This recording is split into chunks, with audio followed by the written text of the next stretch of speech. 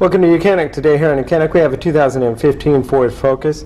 On this Ford Focus, I'm going to show you where you find your OBD-II port to be able to hook up a scanner to read your engine codes if you have any engine codes that are on. So first you would be able to open up the front door and then be able to come down here to the where your left knee would be sitting on this vehicle.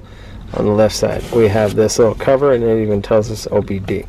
Alright, so a lot of times they're mounted right up and down here, but this we have this little cover.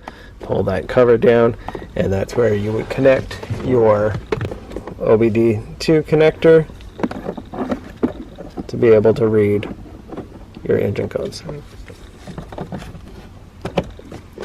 Just like that. And then you'd be able to check your engine codes and see what you need to do about it. Thanks for watching YOUCANIC, where you can be the mechanic.